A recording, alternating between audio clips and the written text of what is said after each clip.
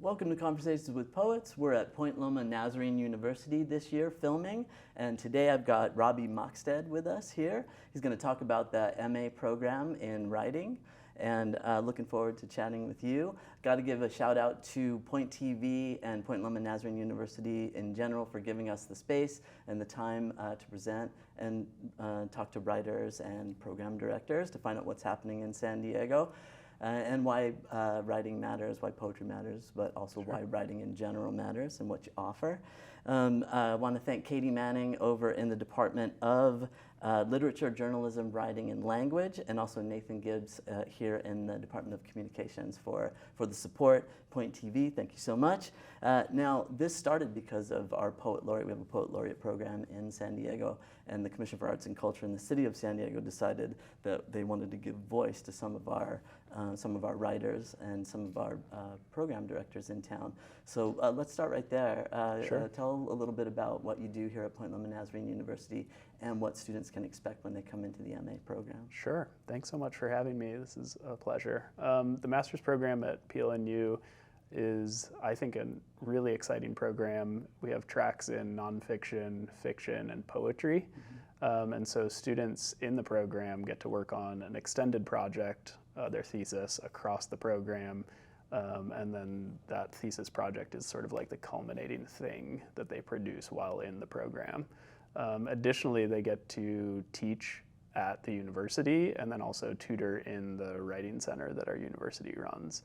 So really great professionalization opportunities for them while they're also working on their writing craft. Yeah, and this is your baby, right? You created this, and with a partner. And how did it all come about? Were you at PLNU when you kind of had the brain moment with this? Yeah. So my department chair at the time, James Wicks, was like, 5 years out, what do you want to create? And I was like, I don't know, maybe a master's program. And then 2 weeks later, he was like, let's do it. And so, yeah, I mean, we worked on it for years with a bunch of help from a ton of people at the university, and then got it up and rolling in time for our first cohort to start last year in 2023. And what do you offer as a program manager? Like, what is your role? Yeah, so I'm in charge of recruiting students. I set up the Visiting Writers series that we have each fall semester, which brings in a poet, an essayist, and a fiction writer from somewhere else in the world to come visit and work with our students. And then I also am providing support to the grad students across the program as they make that transition into teaching. And then I'm also teaching classes in the program as well. Yeah, and you're a new dad times 2, right? Yes. Boy or girl? Boy. Henry joined the family. I have a Henry. I have a Henry, 20 years old. Okay. Just got back from Spain, doing a tour, learning, speaking Spanish. Yeah, so we get to speak to each other in another language, that's so cool. Which is fantastic, And my daughter's 22, and our youngest is 13. One of the things that being a dad has done for me and the rest of my life is kind of you become this sort of natural nurturer. Sure. And you have more sort of tolerance, and you have a lot more empathy. Has that influenced your approach as program director? I think that's a great question. I think so. I've definitely had to be patient with our kids. We have Henry, who's 4 months old, and then Milo, who's 3. And so, they've just grown me a lot, I think, in my ability to relate to others. Yeah, we didn't go through the terrible 2s in our house. We didn't have that experience. It didn't really happen until high school years. That became pretty intense. But now, as they get older, I just miss holding them. I do. I look back at old pictures and love being a dad. So congrats. That must feel great. And you get a little bit of time off now. Are you just time off from teaching, or are you time off from the program? Yeah, time off. I'm currently on half-time paternity leave, and so teaching a little bit less while I'm hanging out with Henry during the days. There you go. And then the grad program courses are at night, so I'm still teaching a couple of grad courses in the evenings. Babies need their papas for sure, and good on Point Loma Nazarene University for giving you half-time paternity leave. It's Right. not that way in all places, for Yeah. sure. I think for the district, for years, it was 1 day of paternity Wow. leave, and that was it. Oh, that's crazy. So important. Go Papas, go Dads. Now, you came here all the way from Indianapolis, right? Yeah. From Indianapolis to San Diego. In your sort of pathway to get here, were you always academic-minded? You were headed in the direction of becoming administration, or is it kind of a little bit of both? You as a writer too. I had always loved writing, and then studied it in college, but wasn't sure what I wanted to do with it. And so kind of on a whim applied to grad school because I thought if I go to grad school, I can see if I want to teach. Back then I was like so afraid of being up in front of people. And so I knew that was going to be a hurdle for me. And so originally I didn't enjoy teaching because of that. But then the more I taught, the more I just loved it and became comfortable up in front of people. And so then once I'd had a couple semesters of teaching, I was like, I definitely want to pursue this as a career. So I took a master's program at Ball State University and then applied to an MFA program at George Mason outside of DC for 3 years, taught at George Washington, and then moved out to the West Coast. Yeah, the best managers, best administrators have lived every aspect of the life, right? Sure. Some of your students will head off on the same trajectory, right? Yeah. Others will become full-blown writers, and that's all they do. At least we're hopeful for that. You know, we're hopeful for whatever direction that they go. The guidance is there. Now, do you guys offer free? Did I see something about free tuition? And Yes. How does that work? Yeah, great question. So our grad students all in the program get free tuition and then a stipend package so that they have time to write. I know, we're actually, I think, the only faith-based funded program like this. And so we're pretty proud that we're able to offer that What's the to our name grad of students. the funding organization again? It's just the university. It is the university, Yep, right? And that there's no funds it. outside private. Okay. Correct. I gotcha. Yeah, and so in exchange for that package, PLNU. I know, it's Again, great. yeah. Really thankful to our administration for seeing the vision and seeing the value in a program like this. But in exchange for that funding package, the students then are required to work 20 hours a week for the university in either a tutoring or teaching capacity. So the structure of the program is that year one, students are in the writing center, and then they're paired with a faculty member for a full semester of observation, and then do some practice teaching. There's a 2-course pedagogy sequence that they have to take that really sets them up well to walk into the classroom in year 2. There you go. Yeah, hands-on. Right. Yeah, you can sit in a classroom for 4 years, 8 years, and the moment you walk in the classroom, watch out, it's a whole different world. Totally. So that hands-on is great. Yeah. Pedagogy, cannot argue with a word like pedagogy. Right? Now, as a writer, you have sort of lived this life as well, and you employ a lot of humor in your writing. Sure. And when I was paying kind of doing a deep dive into your work, you write quite a bit about Bill Murray. Yes. What is this? What is this obsession with Bill Murray? Yeah. So a couple of years back, I gave my students a writing exercise, and the goal of the exercise was to take a celebrity and just throw them into a weird fictional situation. So it's taking somebody who's real, but then like reimagining them. And so I did the exercise along with my students, and I picked Bill Murray because that week I found out that we were both born in the same town outside of Chicago, Evanston, Illinois.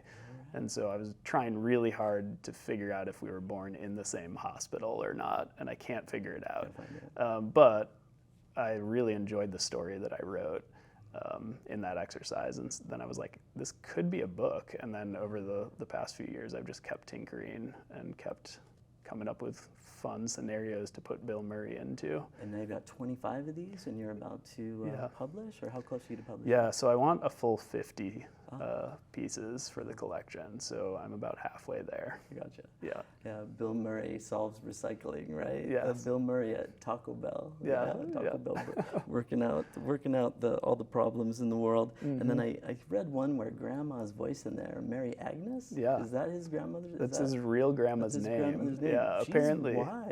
Very wise. Yeah. Do you have one of those with you today? I do. Yeah. Will you read one? Sure.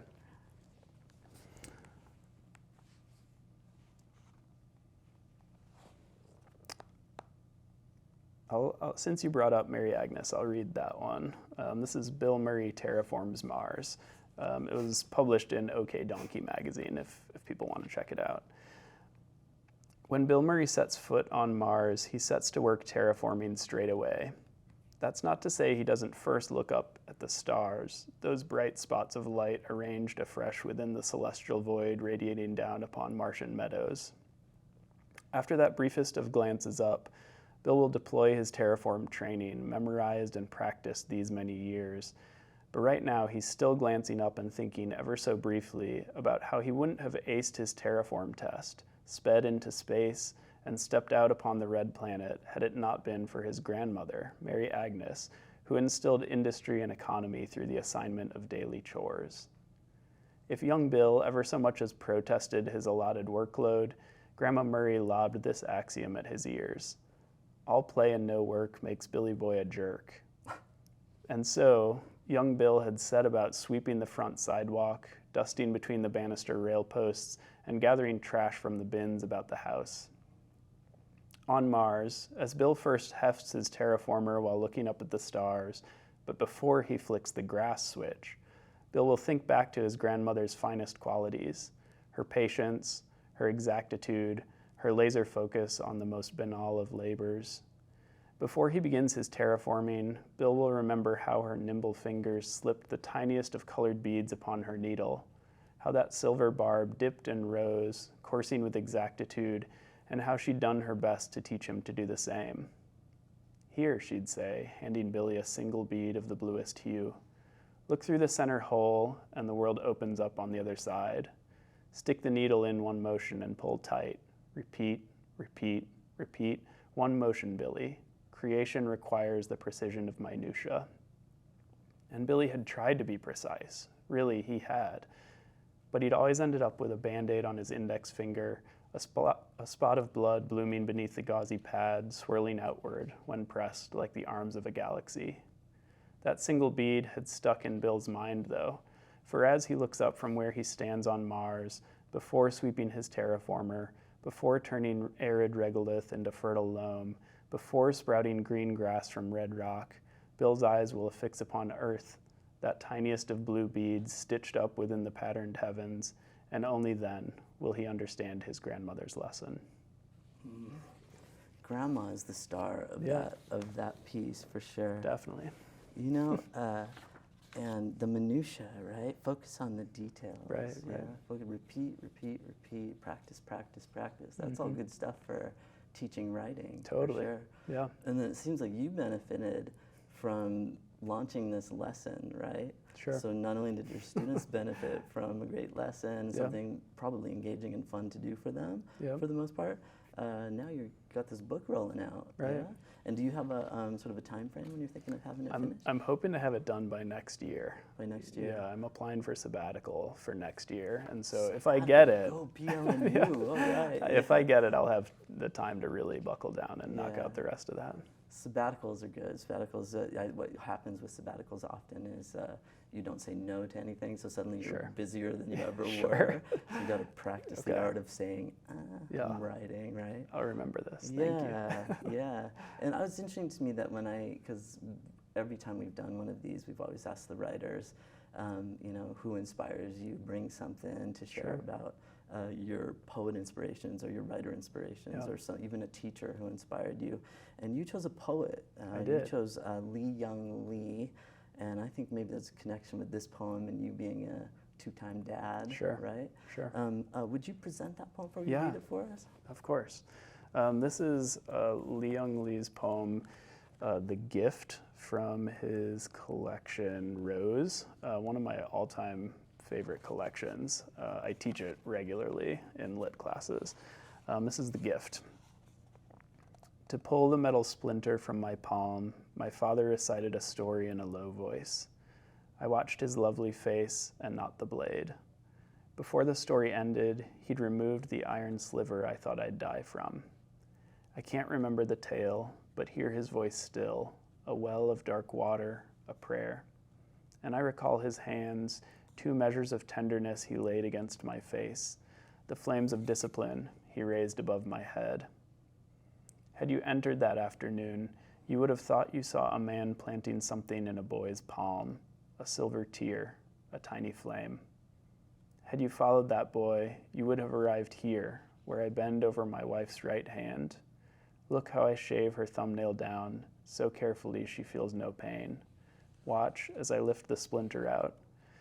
I was 7 when my father took my hand like this, and I did not hold that shard between my fingers and think, metal that will bury me, christen it little assassin, or going deep for my heart. And I did not lift up my wound and cry, death visited here. I did what a child does when he's given something to keep. I kissed my father. Tenderness, Yeah. Sense of humor. Why do you teach this poem? Why do you choose this? Is it so often? I think, I was blessed with amazing parents. And so when I read that poem, I think of just the investment that they gave me, all the love, all the years of instruction and care. And now that I'm a parent, I think like that is just carried forward into my kids, at least I hope. Yeah. And I think that this poem does just a beautiful job of capturing the way that generations instill things. Yeah, carries into your own family, family life, but also into your classrooms, right? Sure. As you take care of the students there. Sure. Lee Young Lee has a great story about, he kind of says this a lot when he's interviewed, that if his wife, is Candace having a hard time sleeping or whatever, he'll start reading a poem or start talking to her about poetry, and within minutes she's knocked just out. Do you have, it sounds like with mom and dad, did you have a lot of support growing up as a writer? Yeah. Did they push you in that direction, or did they? Yeah, my mom, Guide you in any way? so I was homeschooled, and so my mom spent a lot of time baking into me the importance of writing. She loved books, and so passed that gift along to me. Yeah. And so we spent just hours reading. Your kindergarten teacher must have loved your mom. Yeah. Yeah, read to the kids, read to the kids, read to the kids. They come in as readers, they come in as thinkers and artists, like through books, right? Yep. Through books.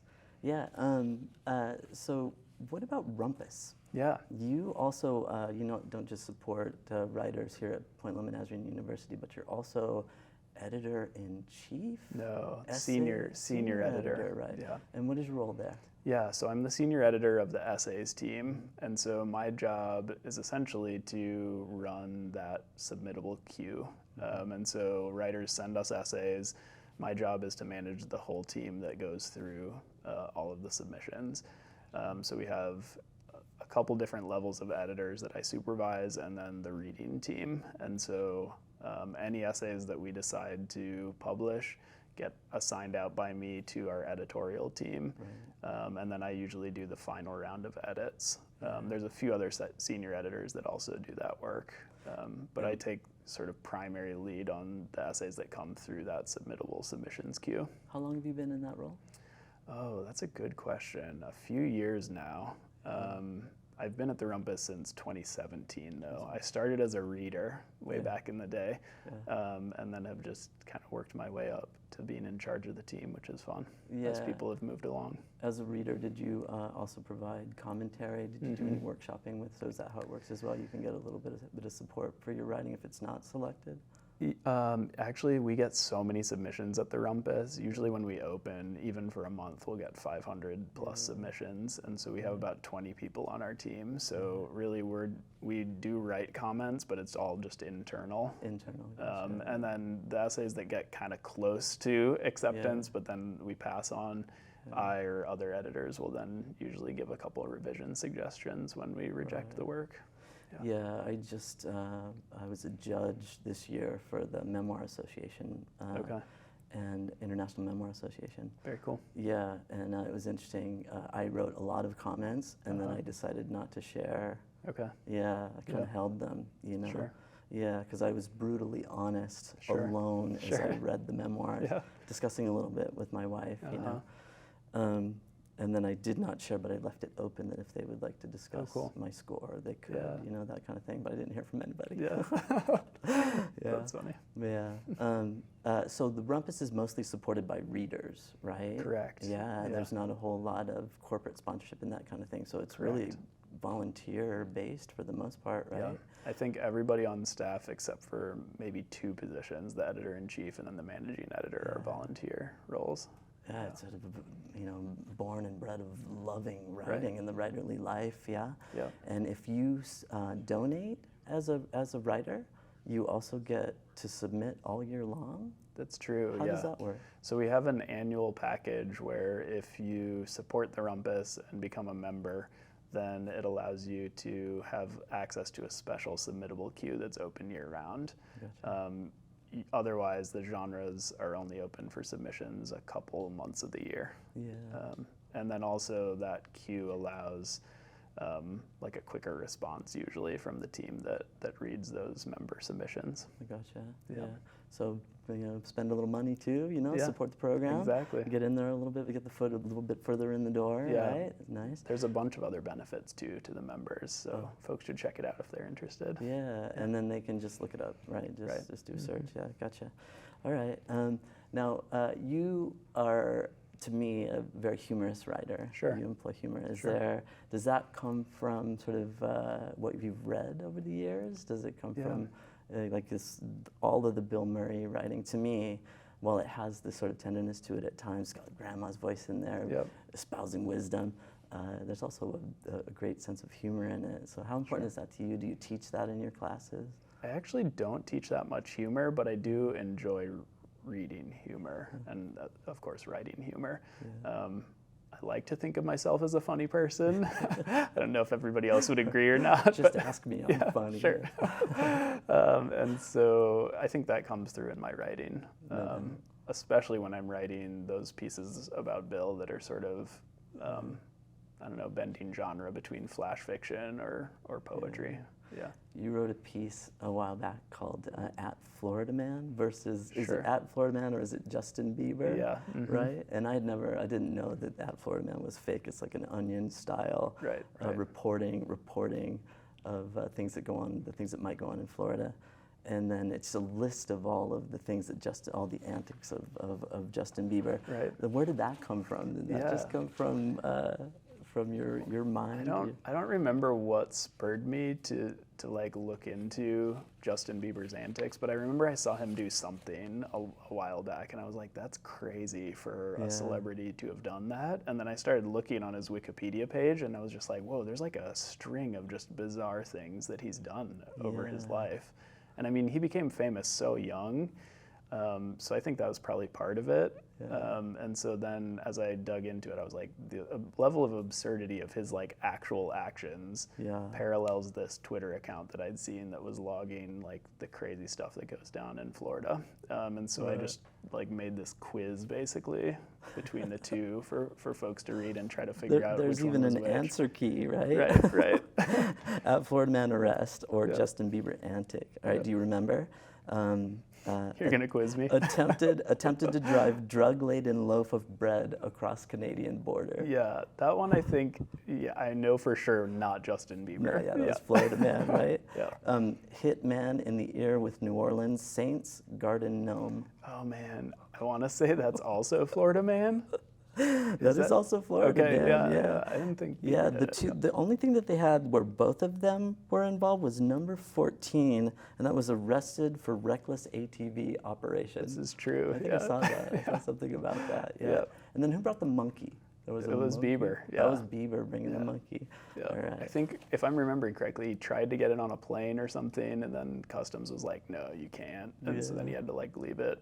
Yeah. Yeah. Well, I love it. Like I'm a reader. I'm a voluminous reader too, Sure. bibliophile, and I kind of gravitate towards humor. Sure. So I've had a really great experience getting to know you as a writer. Oh, thanks. And the work that you're doing here, for Point Loma Nazarene University, creating the MA program and sort of nurturing students at the same time with free tuition, you know what I mean?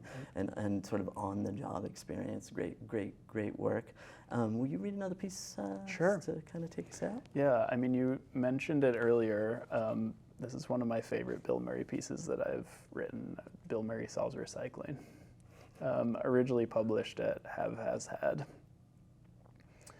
Bill Murray notes in his age-worn Moleskine that it seems a problem that no universal recycling system exists between counties, states, or countries even.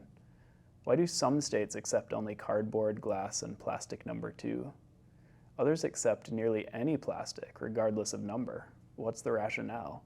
And who even assigns those numbers? Yet other states pay 5 cents per can, or even 15 cents per bottle if you're lucky enough to live in Maine. Bill Murray ponders a six-pack before writing once more. Might as well polish this off to get those cents, am I right? Here, on a fresh page, Bill Murray sketches a tipsy bottle of wine trying to redeem itself for cash. Bill Murray has recycled with diligence his entire life, and for what purpose? The other day, he read of how China or some country stopped buying the world's recycling for cheap, turning away cargo freighters of the stuff. It must have been tiresome, sorting all those dirty canisters, so Bill can understand. He doesn't take it personal or anything. But what happens now to those glasses and plastics? He invents possible fates for the Pellegrino bottle he'd emptied earlier that morning before settling on the answer. Perhaps, Bill Murray scrawls in his moleskin, all the bottles could be rinsed, gathered, and lined up along the edges of mountain ranges so that they might catch the wind and create a doleful thrum. Perhaps then, he thought, dropping his pen and looking out the window into the depths of the wild, the mountain lions wouldn't feel so alone. I love it, man. Have you reached out to Bill Murray? I've not. You have not. Is that is that coming? Maybe. Is that something you yeah, might? I mean, it'd be great if he was on board with the project. Yeah. Interesting to see how he responds. Right. Yeah, he's a creative. You know Yeah, what I mean? I'd like to think he'd be honored. He'd be honored. Yeah. I'll tell you, like reading the stories. What do you call them? Do you call them stories? Do you call them? Yeah, I call them flash fictions, but really I don't ascribe to a genre for them. I think they kind of bleed between the poetic and prose. So yeah, you taught a class. Do you still teach this class, diversity across the genres? Mm-hmm. Yeah. Do you think there is a certain level of poetry in just about everything that's out there, especially fiction? Yeah, I do. And my students will tell you I often make statements like, that's an essay, even if it's like categorized as a poem or categorized as a short story, because I think that in many ways those sort of lines that publishers have drawn around genre are sort of artificial. Like a lot of times I read an essay or a short story and I'm like, this is poetry. Like there's so much here at a linguistic level that I think is intentional and crafted so precisely, which is kind of how I define poetry oftentimes. And then other times I'll read a poem and I'm like, this is like so essayistic in how it's moving. So yeah, I don't love genre constraints, and I like writing that pushes against the boundaries that have been ascribed to genre. I noticed that about the rumpus and the description of what you're looking for. It's all boundary pushing. If it pushes the boundaries, if it wouldn't, if it might have trouble getting published elsewhere, send it to us. Right. Yeah, I dig it. So what do you got coming up? You got Bill Murray coming, but that's about a year out. You have another book that's almost here, right? What is it? What's it? Yeah, I'm about 3/4 of the way through a history of an archaeological site in Jerusalem. I studied abroad there in college and lived just a 5-minute walk from this archaeological site that's like the ancient site of Jerusalem from like the holy texts. And so I got really interested in the archaeology. Early on during like the British period in Palestine, they were sending archaeologists to excavate at this site. And so it's just a fascinating history of what archaeologists have found and then also what archaeologists have not found. Because comparing the like old biblical narratives to the actual science of what's being found, there's like a disconnect. And so I'm, as a writer, trying to step in and be like, okay, here's these two different things. I think both are true at some level. How do we mesh them? And so it's been a fascinating project. Yeah, looking forward to the books. Thanks. And how do they find you if they're looking for the program from the, Yeah. for the MA in writing? It'd be at the Point Loma Nazarene University website. If you just Google Point Loma Nazarene University Masters in Writing program. And reach out, right? Yeah. It has my contact info there. And they can reach you directly? Totally. I love it. Well, thank you so much, Robbie. Yeah. It's been a great talking to you, and Agreed. I'm looking forward to reading everything that comes my way that you make and create. And we're going to be here at PLNU, so thanks for having us and hosting us. And Thrilled being that it's working out. part part of Conversations with Poets. Yeah. Thanks again to Point TV, and thank you, Department of Communications, and Robbie, right on, man. Thanks, Michael. All right. Appreciate